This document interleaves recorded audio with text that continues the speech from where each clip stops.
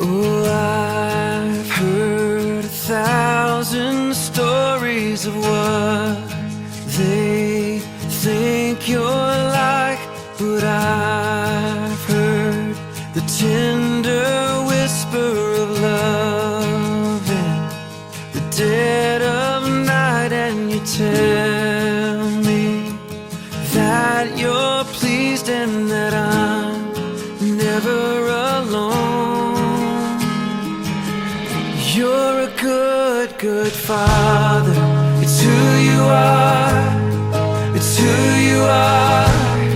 It's who you are, and I'm loved by you. It's who I am.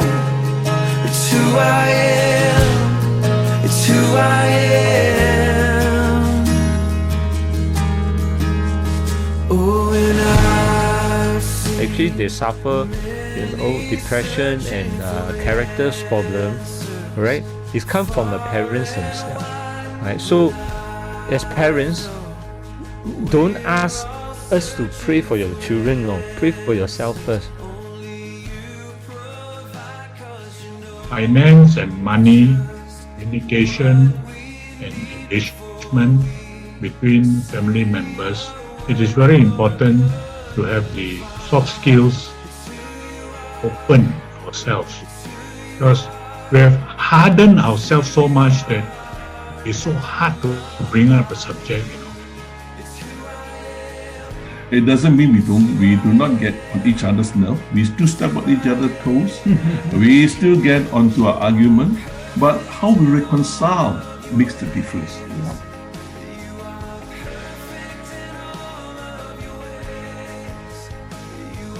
Disease is not related to age. Disease is related to inflammation. So when you can reduce inflammation, the root of inflammation, there's no disease. What is disease? This is.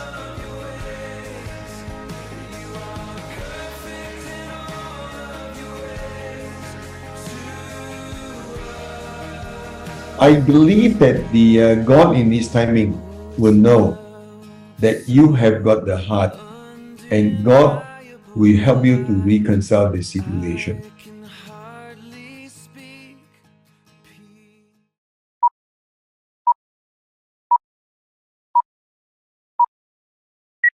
Good evening, ladies and gentlemen. A very warm welcome to another life enhancing and relationship improvement Family First Malaysia Zoominar. My name is Florence Ng, and tonight my husband Richard Tan and we will be your moderators. Yes, I'm Richard Tan, and we thank you for taking your precious time to join us on this platform this evening.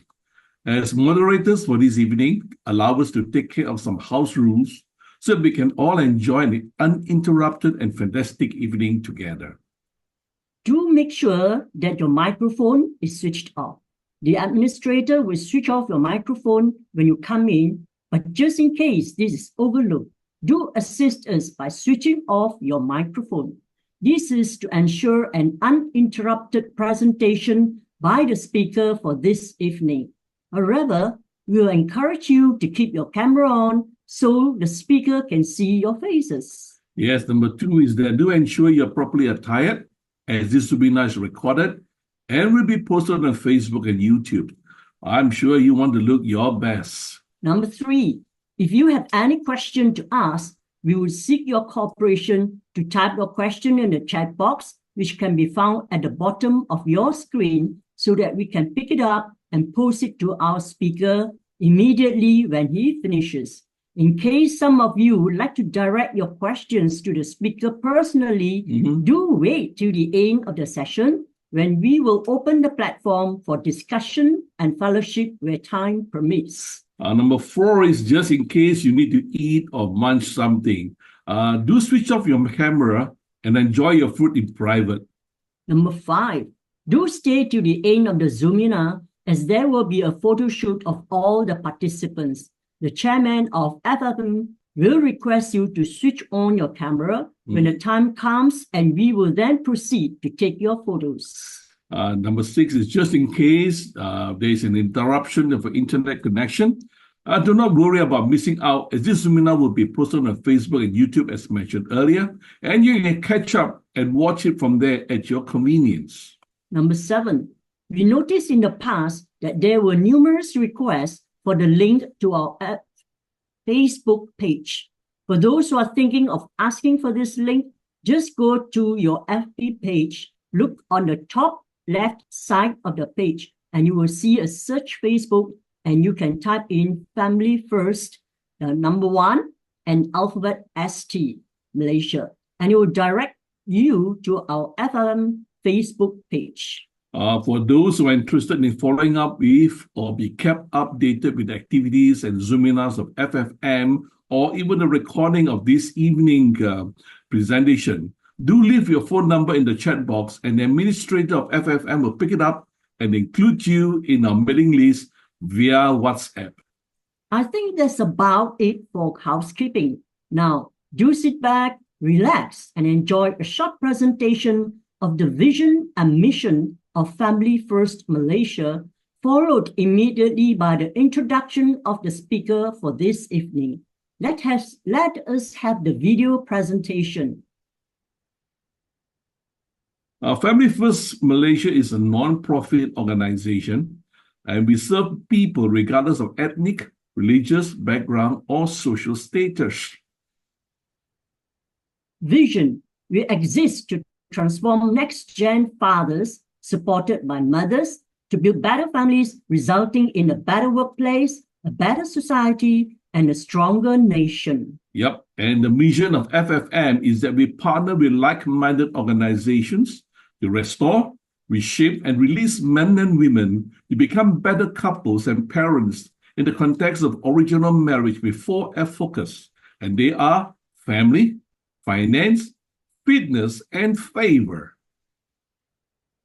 Family. Under family. Yes. Double our love, joy, and peace in our families to restore broken relationships, reshape the home environment, and release next generation leaders using home as the starting point of leadership training. And the tools that we use under these families are noble family vision, blessing of a happy marriage, role of a husband or father, role of a wife, mother, the foundation of blessed children, the foundation of the family altar. Finance: increase our income or net profit ethically and righteously, with value innovation to double our giving, with all bad debts settled, and achieving oneness with money as a family, beginning with fathers and mothers to model better financial stewardship. Finance tools, that is, principles of financial stewardship, God's purpose for money, managing money as a couple, and financial freedom. And under fitness, we use fitness to strengthen our mental and physical health through the cultivation of a positive mental attitude, holistic exercise and nutrition, resulting in high energy and wisdom to achieve things of big and lasting impact. And the fitness tools we use are cultivating a positive personal habit, growing old gracefully. And the last tools that we have is favor, and we all believe in the favor of God. And under favor, we believe that we will talk about faithfulness, faithful, adaptability, versatility, optimistic, understanding, and build on relationships. And this is our QR code for Family First Malaysia. You can take a photo shot of this QR code, or you can use your QR code scanner to scan it, and we'll direct you to our Family Page website. And Family First Malaysia is conducted on a pro bono basis. Every one of us serve pro bono. We depend on the love and the gift of people that help us to sustain this ministry. And we will welcome any donation from anyone who felt drawn or led by the Lord to work together with us and build FFN. And this is the particulars of our banking account with Maybank. So take a photo shot of this, and if you felt led by the Lord to give generously to us, we welcome your generous giving. Thank you very much. Now sit back as we go on to the next session of this Zoomina. Now tonight, we are truly blessed to have with us a wonderful brother and friend to share his vast experiences and insightful thoughts with us. He is a qualified chartered accountant by profession and has served as a partner in an international accounting firm. He has quite a handful of accomplishments which have been detailed in the flyers that were sent out. He is also a personal coach to those who need his expertise on financial IQs and financial literacy. Well, he's happily married to Jeanette, and they have 3 adult children and blessed with 6 grandchildren. With his background and exposure, he's truly qualified to share with all of us this topic of from scarcity to abundance. Let us welcome Brother Alan Tong. Over to you, Brother Alan Tong. Thank you very much. Thank you, Richard and Florence, for your very kind introduction. As you know, I'm the person who has been appointed to speak tonight. My name is Alan, and I'm speaking from the lovely city of Kota Kinabalu. Welcome, everybody, to our Family First Malaysia monthly Zoomina. And I'd like to thank our founding chairman, Dr. Tan Teck Seng, and his lovely wife, Tinky, for inviting me and giving me this honor to share tonight. Honestly, sharing about money, wealth, and prosperity is something very, very dear to my heart. But I also believe that just about anybody can share about money, finances, prosperity, and wealth, because money goes through our hands almost every day. So, do you agree? All right. Now, money is a very emotional topic. It can make us very happy. It can also generate hurts, especially when we have been cheated of money before. There could be trauma. So what I say tonight, what I share tonight, I'm not trying to teach the listeners here anything. I'm sharing my journey and sharing some of my beliefs of how we can build wealth.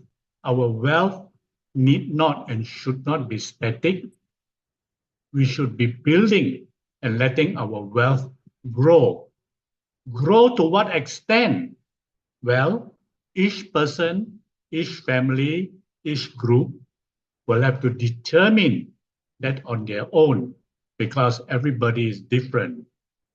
Tonight, we're sharing on from scarcity to abundance. May I have the slides, please?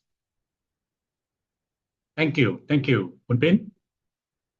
From scarcity to abundance. Now, what is scarcity and what is abundance? To put it in its most simplistic form, scarcity is a lack, is not enough. Abundance is an overflow. We have more so that we can share. Now, I'm also saying that here, everybody can be super rich. Later on, I'll share with you 2 stories of very ordinary people, extremely ordinary people who have become very, very rich. And from there, you will be able to gauge whether that is a very practical move or that is a very achievable move. So from scarcity to abundance, my previous sharing in Family First, I've shared quite a few times in the Family First. I spoke about impacting the next generation in better finance. Maybe I have the next slide. Building family financial foundation. The next one, please. Building family financial foundation. What is your money language? Managing money in challenging times. Don't you agree that all these things will impact the family? We are facing tremendously challenging times today. We do not know there are high interest rates, inflation, and also the exchange rates of our currency against the major currencies of the world. So what did you gauge from my previous sharing? Well, I do not know. As I say, you may not have attended my session those days. So we know one thing for sure, that financial literacy is not taught in school. We pick it up from our parents and from the authoritative figures who are around us. But let me emphasize that management, money management, is an extremely important thing. Don't you agree that if you are running a business, you want to engage a good manager, just like a manager who is a managing director? We want a person who is very excellent. So you and each and every one of us, we are managing our finances. So are we managing it to the kind of excellence, to the kind of level, or are we just moderate? Hence, we talk about managing money in the family. We talk about a very cohesive environment, and one perhaps there is cooperation and oneness, and also one there is openness of sharing. Can families actually openly share, even between spouses, about their financial, about their money challenges? Are there any secrets or anything that's not said? Any dark areas or gray areas? We talk about this managing of money in challenging times, and we emphasize on, next slide please, that everyone must start investing early and surround yourself with mentors. But where do you find mentors? This is the question. And definitely have a written plan of goals.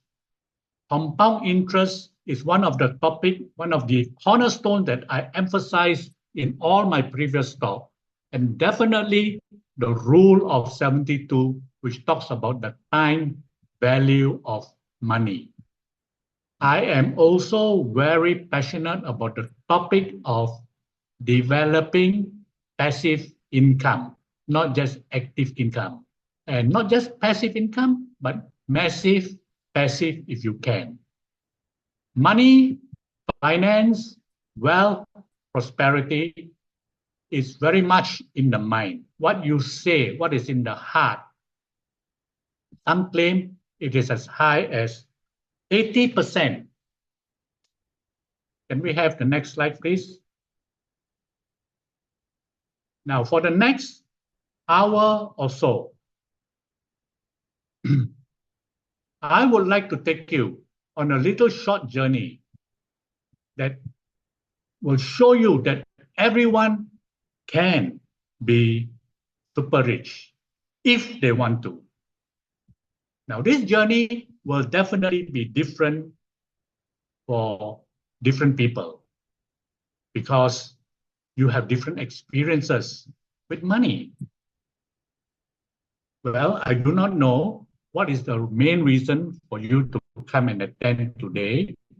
Are you just curious or just interested, or are you committed? Are you totally immersed in what is going to unfold in this journey? it is something that only you will know. Now, you know, in a journey, it is different, as I say, for everybody. So if you have an opportunity to, next slide, please. Right. If you have an opportunity to put pen to paper, you may want to take down some notes which may inspire you to take some action, because knowledge itself is not powerful. It is action taken from the knowledge or the information you gain. Tonight, what I'm sharing, I'm not teaching, it's not financial advice. Whatever you hear, please consult your own financial consultant. It is also definitely not entertainment, nor merely for me to just dish out information for you. I am going to share with you real life examples, which are very practical and applicable and certainly profitable. You may be able to just twitch or make some changes therein and find that you're going towards the direction and your financial goal. So do you believe that everyone can be super rich? I believe that. Hopefully you will too by the end of my sharing. Now, I am going to share two real-life stories of how very ordinary people achieve significant wealth. How did they do it? The methods are different for everybody. We choose the methods to suit our strengths, but we also have weaknesses. Bunpin, please go on to the slide. I'm quite far ahead already. Yeah. Next. All right. So I want to ask you this question. When you invest, and I believe most of us do invest, what is your expected returns per annum? Let's say you invest in cash, which is fixed deposits, or in real estate, stocks and shares, or even in a business. Now, let me illustrate to you the kind of returns that one would get from these investments. I believe fixed deposit interest in our country is around 3 to 4% per annum, maybe even less, depending on the financial institution you deposit your money and also the duration of time. But mind you, there's also inflation. Inflation is also 2 to 3%, maybe even more, but that's the official rate. So technically, after inflation has eaten up our purchasing power from our interest, we may only get just about 1% net return. Now, is that enough? Let's say you have a savings of 1 million ringgit at your disposal at the time of your retirement. If we are talking about a net purchasing power of 1% per annum, that only tantamount to 10,000 ringgit. Next slide, please, Bunpin. All right, so let me share with you the reason I'm emphasizing on the kind of return that is very important for us to be aware. Now, I constantly review the interest rates, the ROI, return on investment for the money that I put. And definitely one of the very big area is I evaluate the risk and reward ratio. The number one question I will always ask is, what is my upside potential versus my downside risk. Therefore, I need to know what is the ratio. If my upside potential versus my downside risk is high, then the chances of me investing will be there. But I will always put a stop loss to stop and limit my losses. Now, I'll come to the rule of 72, and this is, I believe some of you are already aware and you know how to calculate and how to double your wealth. Here is the example. I'll start with an illustration of a capital sum of 10,000 ringgit. If your interest rate is 3%, then the number of years to double is based on the rule of it will be 2 divided by 3. So your 10,000 ringgit will double to 20,000 ringgit in 24 years. Now tell me, if a person is 25 years old, how many blocks of 24 years does he or she have? At the most, 2 or 3 or 2.5. So it takes a very long time if a person were investing at such a low rate of 3% per annum. Why don't we look for better returns? There are returns that will give us 10%. Now, based on the rule of 72, it will be calculated this way. 72 divided by 10, which is the interest rate, it will be 7 years for your 10,000 to double to $20,000. So again, if the person is 25, by the time he's 32, his capital would have doubled to 20,000. And again, by the time he's 39, that's adding another 7 years, his 20,000 would have doubled to 40,000. Now 39 plus 7, which is 46, his 40,000 would be 80,000. Now just by this illustration, you would appreciate that even if there's a small twitch, a small change in the interest rate, it will hasten and give you a faster return. But then you will always ask, what is the risk? There is always a way of evaluating the risk. Now, I will also tell you a story here now of sale of property. Many years ago, many years ago, even before we were born, there's a sale of Manhattan Island, which is current day New York, for $24. It's more than 300 acres, I believe, more than 300 acres. $24. The Native American Indians sold this to the Dutch for $24. Now, do you think they have been had? Do you think they sold it for too cheap? Now, imagine if the American Native Indians, here I'm illustrating to you the magic and the amount that if you invested this $24, then into a return. May I have the next slide?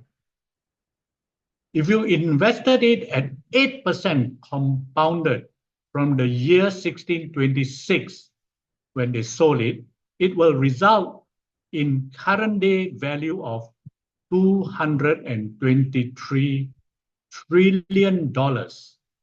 You will know how much $223 trillion is. Some of you may have been to New York. Some of you may have seen Manhattan. It's very developed and it is very valuable. The whole of Manhattan today, is it worth 223 trillion? Definitely, it is not. The question here is for each and every one of us to invest early, compound it, don't touch the money, because this is where I will emphasize the time value of money. The longer gestation period, the better. 60-26 may be a very long time away. Now, where are we now? We're in 2024. Are you able, and I believe you are, to put aside as an investment 24 ringgit every month into an investment that will give you 8% compounded returns per annum? How much would that be? You could put it for your child. You could put it for your grandchild. That's 24 ringgit. Everything is a matter of discipline, is a matter of following and persevering. It's a matter of having a goal and making sure that you have accountability and that you follow. Now, the three variables in calculating compound interest is the amount you put in. First of all, the capital, the amount you put in. The other thing is the ROI, the return on investment, which is your interest. In this case, it is 8%. And the third one is the duration, which is the time. So the amount, the interest, and the time frame. No matter where you are, start now. Start again. Put some aside. I am emphasizing that every single one of us, anybody, anywhere, can become super rich if we just follow and have discipline. But why don't we follow? Because there is no accountability, there's a lack of discipline, and some people don't even know. We spend money frivolously. We spend 24 ringgit quite frivolously. We don't even think about it. When we go out for a meal, we just spend 200-300 for a meal. When we travel, now we know for a fact that the currency in our country has weakened tremendously against major currencies of the world, especially against the Singapore dollars. How are we going to face all this inflation? Do you have enough for your retirement? If you have 1 million ringgit in cash now, is that enough for your retirement? Considering you are only getting 3% or 3.5% interest per year, that is 35,000. And inflation is 2 to 3%. So you're getting less than 1% of your $1 million savings that you have worked so hard to get. How can we even think of traveling to Western countries?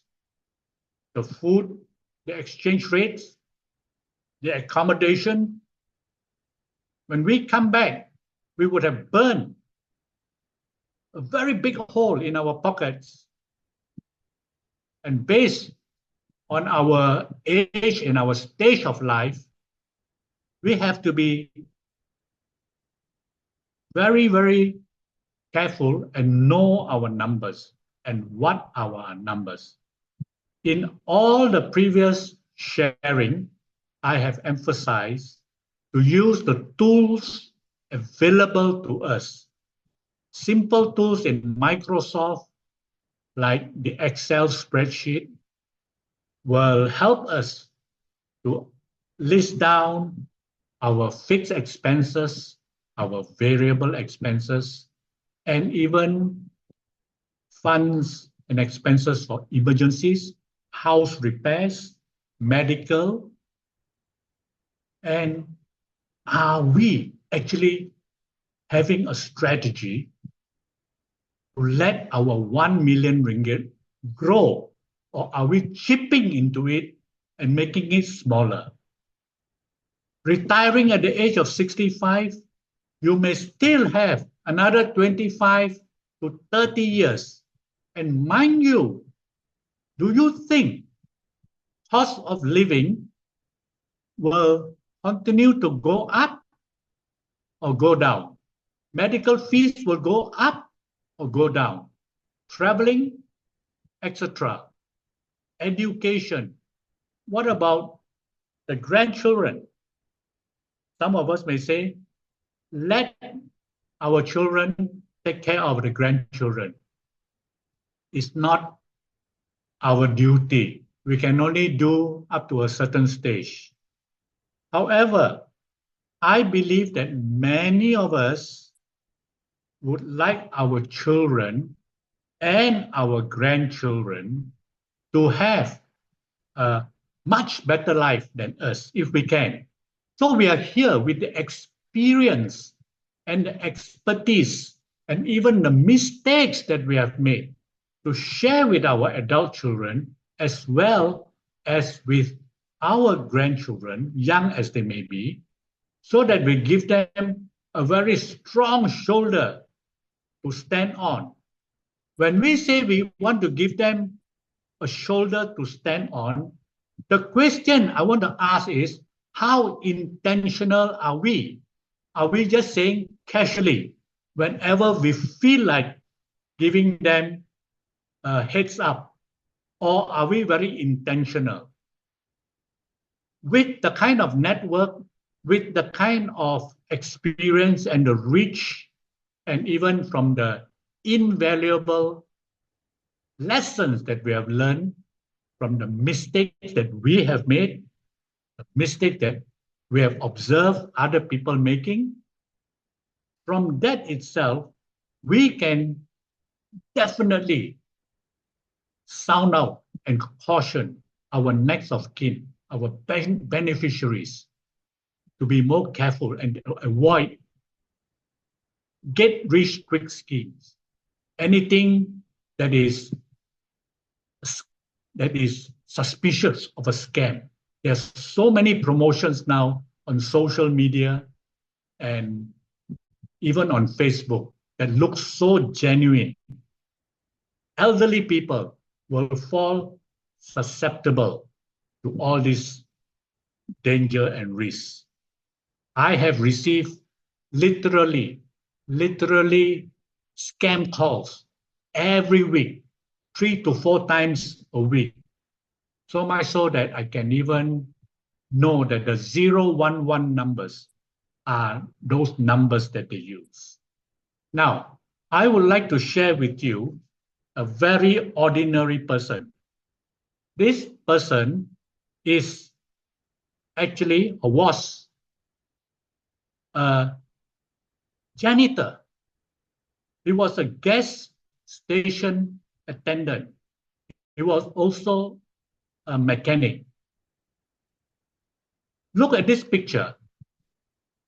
There is one person here who is the unassuming millionaire. They look so ordinary. Who do you think it is? He's having coffee, he's having his muffins every day in this cafe.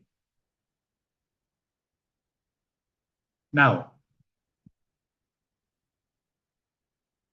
a mechanic, a gas station attendant, a janitor, the unassuming millionaire, passed away just about 10 years ago, born in 1921, lived for 93 years. His name is Ronald James Reed. And his remarkable story is indeed a testament to the power of frugality and wise investing and long-term thinking. Now think about this. Think about this. If you want to grow your money, is it better to cut down your expenses or to increase your income? Or both? Increase your income and cut down your expenses. I would say cutting down expenses would be only those unnecessary or superfluous expenses. Ronald James Reed possibly did not earn very much as a janitor, but he was very wise in investing. Every morning, he would go to the cafe in the hospital and enjoy his breakfast. He will eat only one item. He will eat his English muffin. He will spread it with peanut butter, and he will have 1 cup of coffee. And in the evening after his work, he will go to the library and he will read. He will read about finances. He will read about investing. He will read about companies, and he will read everything. And he will put his money and invest in these companies. And he has long-term thinking. You see, he's very focused. He has no distraction. He has no temptation. He maintained a very frugal lifestyle, never spending money unless he had to. His friends remember him driving a second-hand Toyota. He even used safety pins to hold his coat together and cutting his own firewood well into his 90s. Imagine he passed away at the age of 93. Next slide, please. Now look, Ronald Reed left a legacy of $8 million. Now that is a staggering sum for a janitor. He left a generous donation of $4.8 million to the hospital where he regularly ate his breakfast. Next slide, please. He also left $1.2 million to the library where he went every evening to read.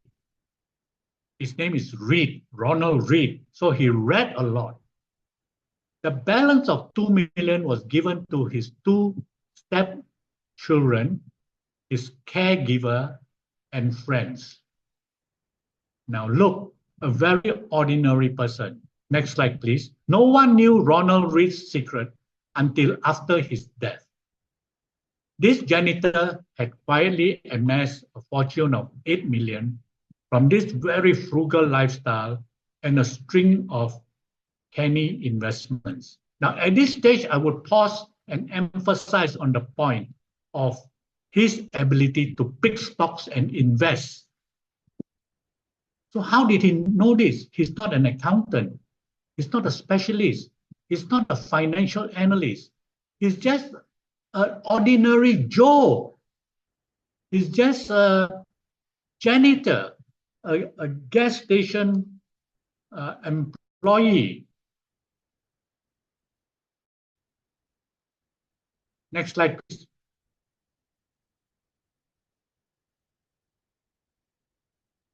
He is nicknamed the unassuming millionaire. Even the Wall Street Journal said that he owned 95 stocks when he died.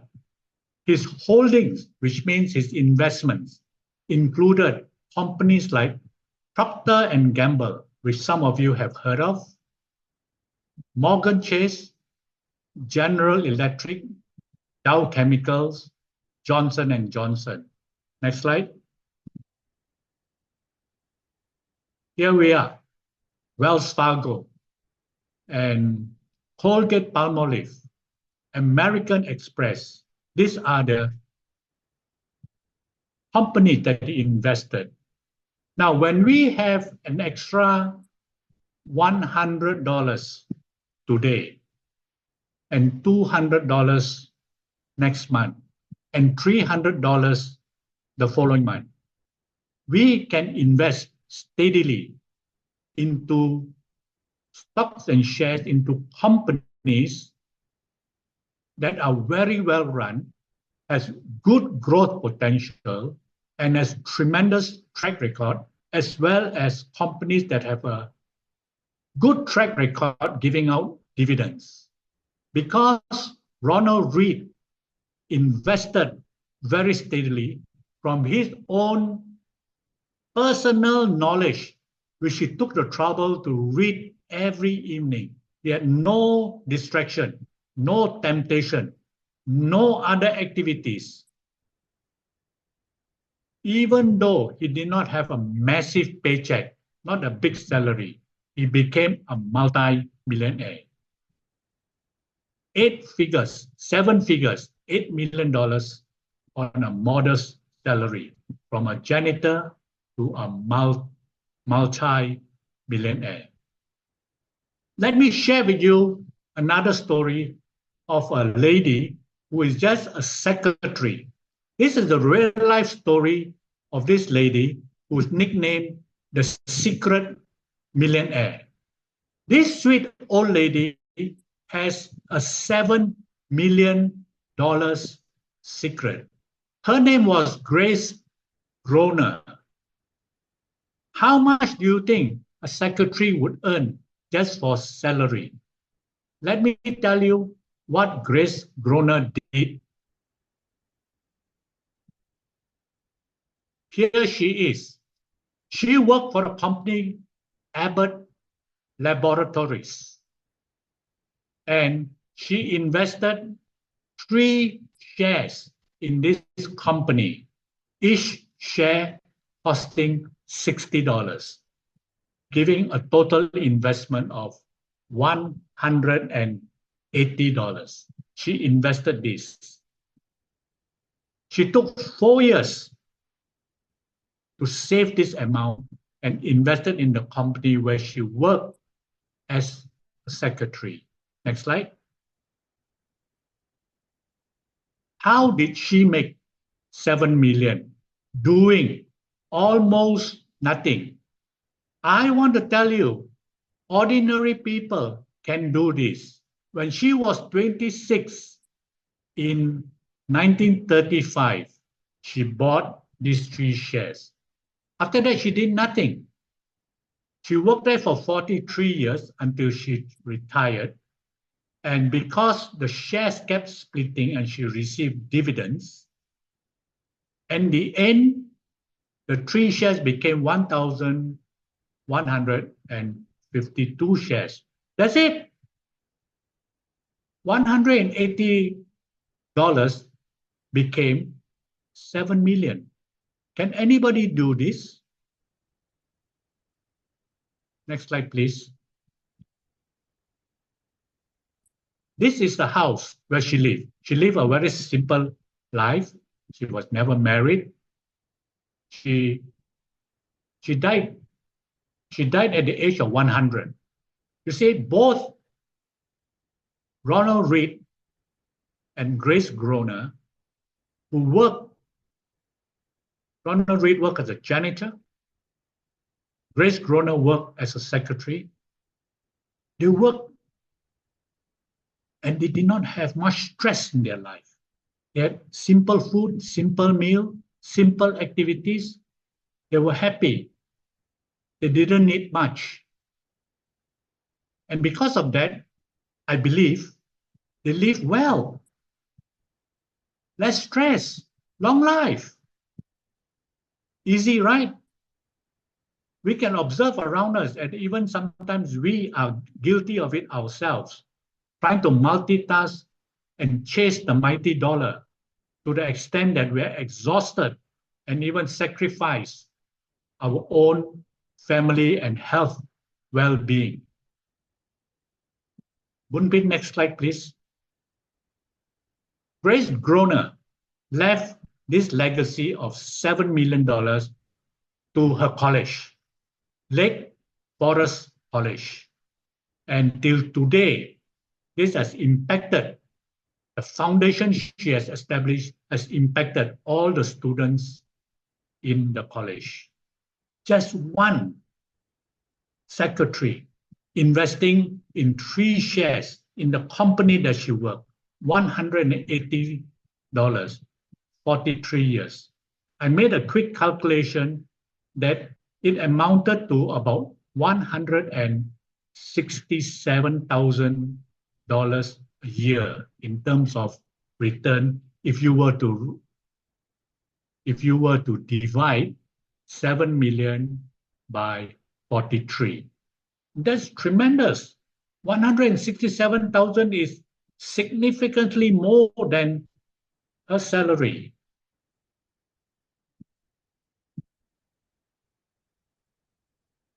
Next slide, please. I want to ask you this question. What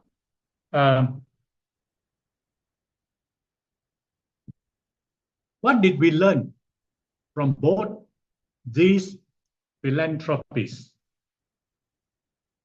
What action steps can we actually consider taking? I like this word philanthropies. Whenever I have been introduced as a speaker or introduced to anyone, nobody introduced me as a philanthropist because I am not. I've not become a philanthropist. I pray and I hope that I can significantly move my wealth to beyond abundance and I can bless many people in the community. I can bless many people who are needy. That I will be able to have this description of me as a philanthropist. Maybe you can pray for me, yeah? So what action steps can we take from learning from these two very ordinary folks? Well, invest. Invest in what? Invest in good companies, in stocks. Invest when? Invest early. Because stocks are very liquid. What does it mean? We can buy and sell easily because there's a stock exchange, there's a market platform, there's a foundation, and it is a proven way. The cash that you sell and you receive from the proceeds can easily be withdrawn. Unlike real estate, it takes months. It takes a long time to get your money. The platform in the stock market is trustworthy. It is given license by the government, by the authorities. And when you put your money in reputable companies, now what are reputable companies? Are there companies that are not reputable? There are, but why should you put your money there? When you look at reputable companies, just like Ronald Reed, he spent time analyzing, reading, collecting. There was no information whether he had any mentors or advisors or whether he had a team of friends whom he can share on his analysis. It looked like he didn't. He just used his own wisdom, and he had $200 or $300 extra for that week or for that month. He will just put it into those stocks that we went through. So he will look for company which has got good track records and companies that have got positive future growth. Why can't we also use the same method? This method is being used by many successful investors, particularly Warren Buffett, the greatest investor of all times. We use proven methods, nothing fancy, not to use anything that is wishy-washy. When we put this approach and we use this strategy, our money will definitely be well protected. Next slide, please.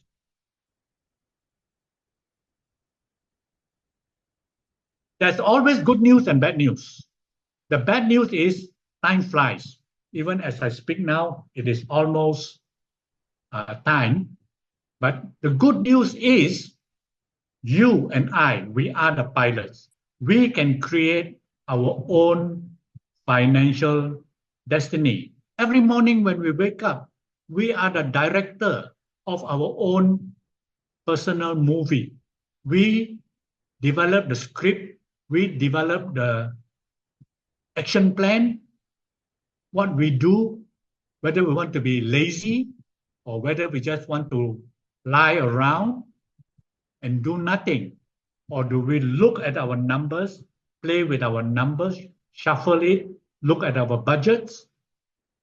We create our own financial destiny. Don't you think? Don't you agree? And these are not rocket science, because the accounting, the plus and minus in accounting is very simple. There are only 4 elements: plus and minus, multiply and divide.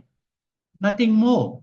If you want to be a surgeon, a brain surgeon, a doctor, engineer, dentist, the requirements are different, very stringent. You have to be licensed.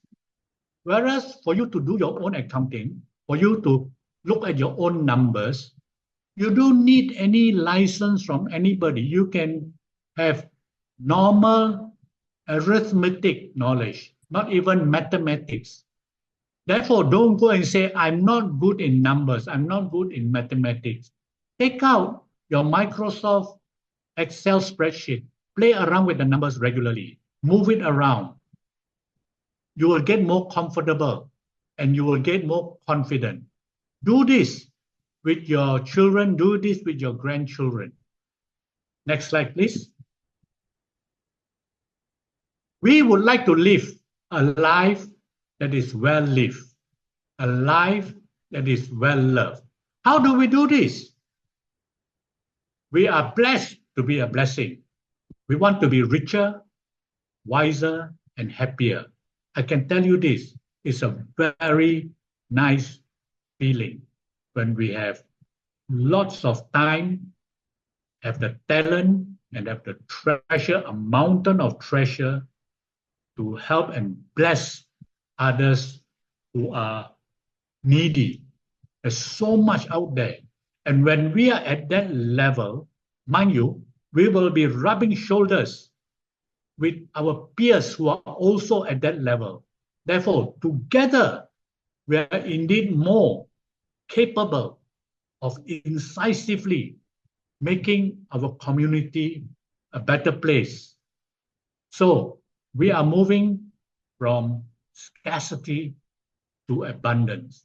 Is this the amount in our bank account that I'm referring to? Not just that, it is also the mindset. We can have a scarcity mindset. It can come from our belief system, a scarcity mindset. Even if when we have enough, when we have money, when we have wealth, when we have prosperity, we can help others. But yet, because of the belief system, the scarcity mindset can still prevail and hold us back. Therefore, when we go forward, we're always putting 1 foot forward and 2 steps backwards. It is up to the individual, up to us, whether we want to be happy and be able to joyfully help others without any restraint, unconditionally. Poon Ping, next slide, please. I want to just share with you my story. I bought properties, stocks, and investment at a very early age, before I was 20. I developed good savings habit which were taught to me by my parents. Both my parents were civil servants. They spoke English. Those days, when we spoke English in the house, people around us, our neighbors, consider us to be a family that is rich because we spoke English. But that's not true. It is only a perception. Both my late parents were just wage earners. They were never in business. They never invested into properties in the real sense of the word. Eventually, because of my savings habit and the company that I went to work for, I was surrounded by chartered accountants. I was surrounded by daily conversations of business, daily conversations of finance, daily conversations of opportunities, and also where to invest money. But at that time, I was only earning 200 ringgit a month. There's nothing left. I moved from a very small city, Seramban, to Kuala Lumpur. I had to rent my house and I have to have my food. And there's no money left for investment. Eventually, as I worked myself up, my salary began to improve. And when my company transferred me to Sabah, my salary went up threefold. And that was where I had a little bit of extra funds to invest. And that's where I put some money into land, into properties. How did I even think of putting investments into agriculture land when I'm not even a planter? Again, it's because of the environment where I was in a small little town called Tawau, where everybody is talking about planting and agriculture. The doctors, the lawyers, the professionals, the businessmen, the traders, everybody daily in the coffee shop, they're all talking about planting, they're all talking about. So again, this influenced me to put some money into a piece of land which was 50 acres. When the opportunity comes before us, do we seize? Do we sneeze? Or do we freeze? Oftentimes, we do one of the three. But this time, I seized the opportunity to buy this 50 acres. It was only 45 minutes driving on very good tarmac road from the center of the city of the town of Tawau to this place. And the soil there is very rich. It's alluvial. It is very suitable for planting cocoa. So my decision then to buy for a very small sum was a very good decision. Reason being, after buying it, I kept it for 25 years and I sold it for a substantial sum. Now the question I want to ask, how did you make your first million? When did you make it? Are you the first millionaire in your family? I'm not sure whether I am, but I believe I was probably the first millionaire in my family. Reason being, all my siblings were in the working class, but they could have earned $1 million in their investments. I do not know. From the proceeds of my land, I asked myself, normally when I come across a situation or an opportunity, I ask one question. Now, what can I do? What can I do? Who can I consult? Who can I speak to? Do I make a move? So I've got friends who are experienced, friends who are businessmen, friends who are investors. I humble myself, even as a management consultant. I humble myself, give them a call on the phone or call them out for lunch or dinner, ask them for their advice, ask them for their opinion, and then I'd be a good listener. Therefore, with that money, I moved it to invest in more properties. The reason I ask you, how did you become a millionaire? I want to challenge myself and also put this forth to you. Whichever way you have become a millionaire, the question to ask yourself is, are you able to repeat it consistently? Are you able to teach it and share it with someone, especially your family members? I, at this moment, am looking regularly at my own balance sheet, my own personal life, assets and liabilities, commitment, finances, and the strategy to grow my wealth. Perhaps I can grow it for the next 2 generations, but I have to be very intentional. How much time in terms of my leeway, I may not have that much time, but I spend time discussing, sharing with my adult children, and I also spend time sharing with my young grandchildren because I want to give them a strong shoulder to stand on. And as I mentioned earlier, I want to be very intentional. I want to be serious. And I want to be specific, meaning what is a number? Some people say, let them take care of themselves. You go and enjoy. Yes, my wife and I, we are having a good life. We have our own homes. We are living in a city that is very pleasant.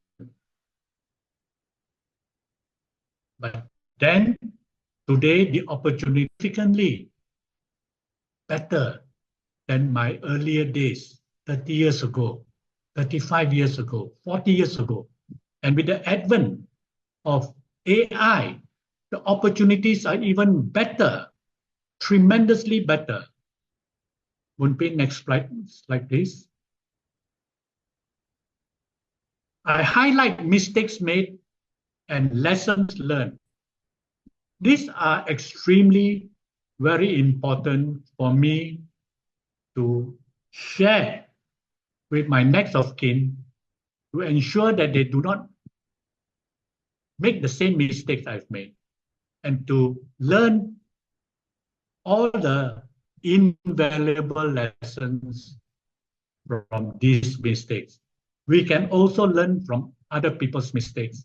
As I said earlier, I'm honored to come to share tonight. Any one of you can come and share. Even you have made money mistakes, it will be something that we can learn from you. We can avoid those mistakes. And we hope that those lessons that you or any people you know that have made those money mistakes will use those invaluable lessons to overcome and recover from that. Next slide, please.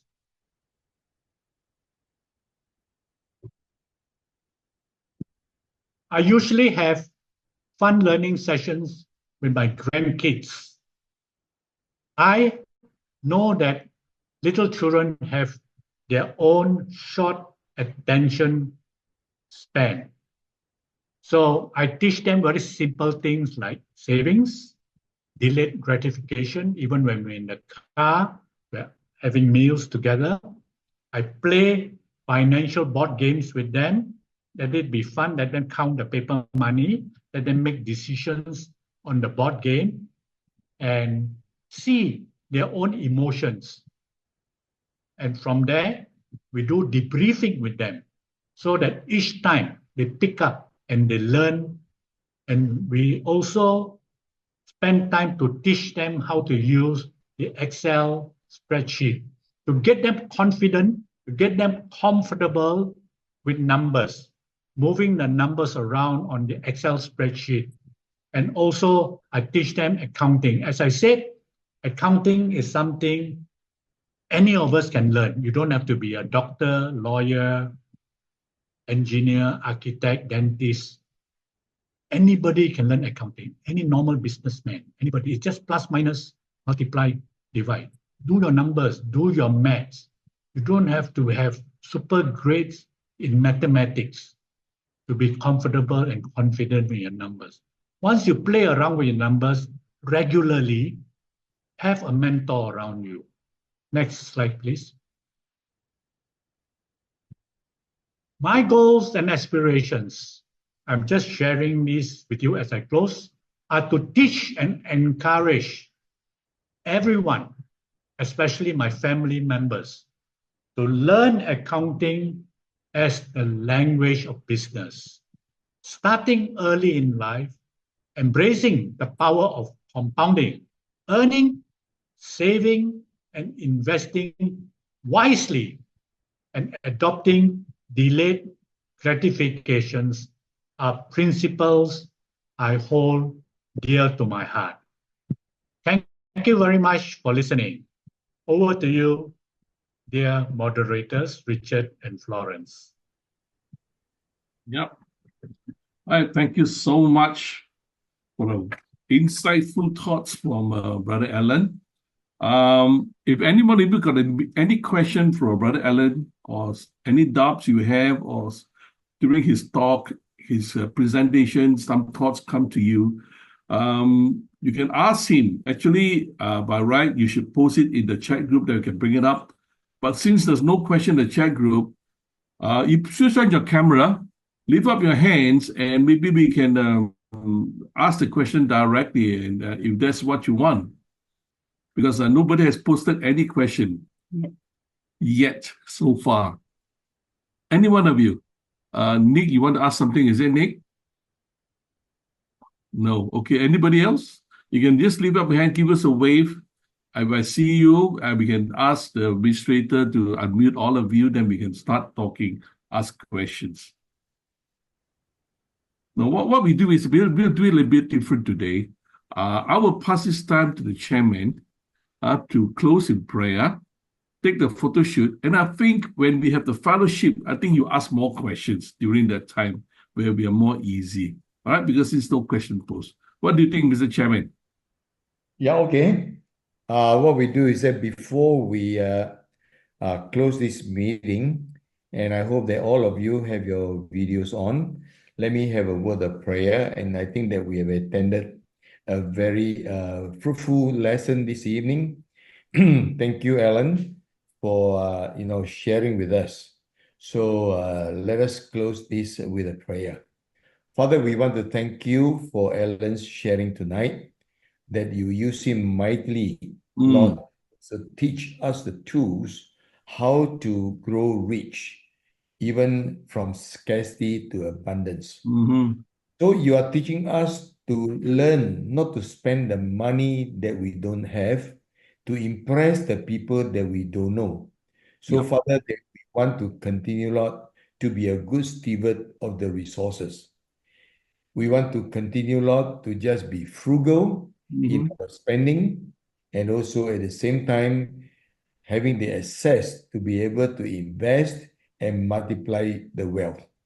And looking at the these examples that Alan has shown us, and it was indeed very edifying, and that we, even the simple people like a janitor, even just a simple grocer, will be able to actually grow rich and from scarcity to abundance.